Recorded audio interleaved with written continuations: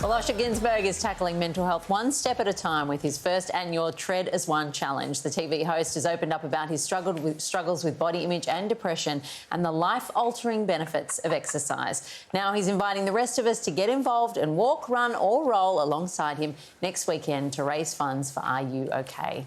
And here to tell us more is Osher! Yeah. Thank you.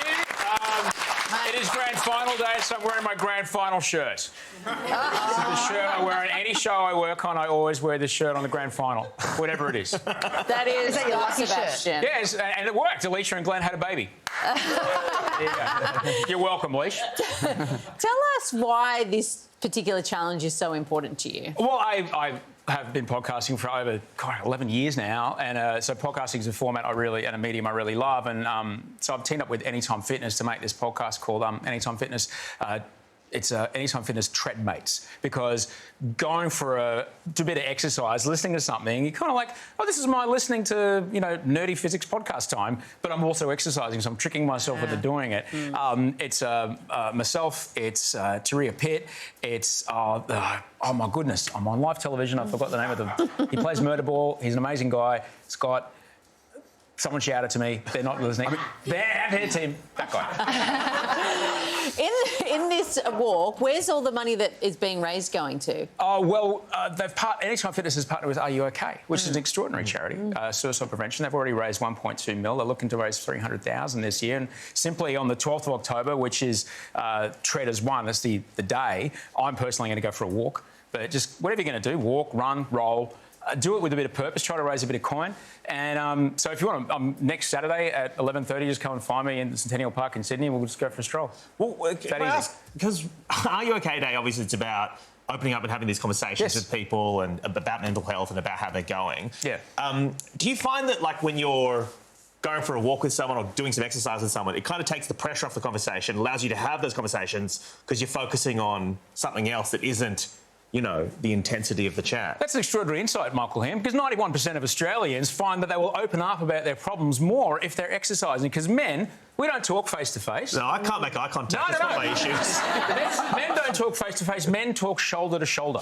That's how men talk. So, and because it's important for the way our brains work, because science has proven that men's and women's brains are different.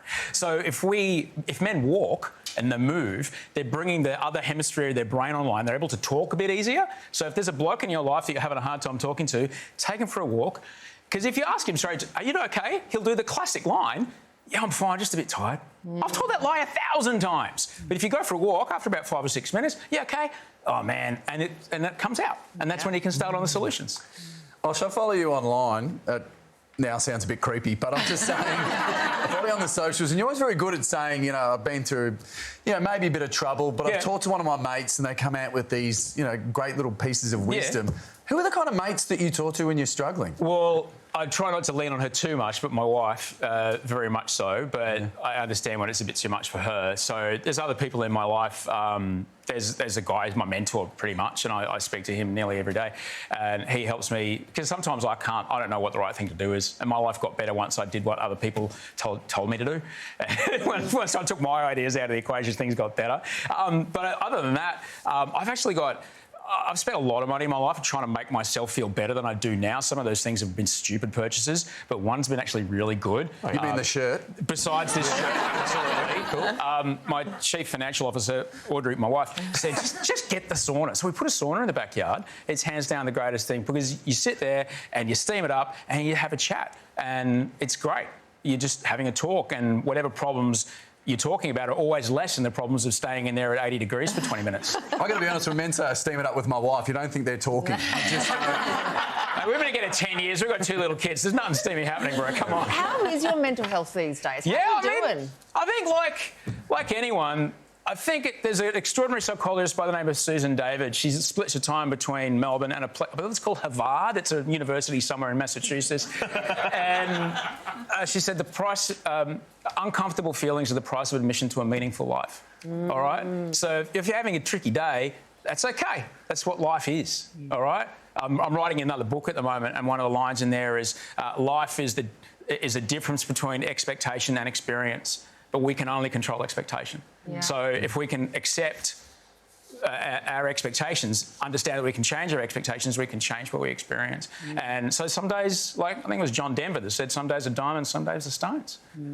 You're welcome. If you want to chat like this, go and find him in the walk. Join the challenge and raise funds for Are You OK? Just head to our website for details. And if you are struggling, know that help is always available through Lifeline on 13 11 14. Please thank Osher Günsberg. Thank you.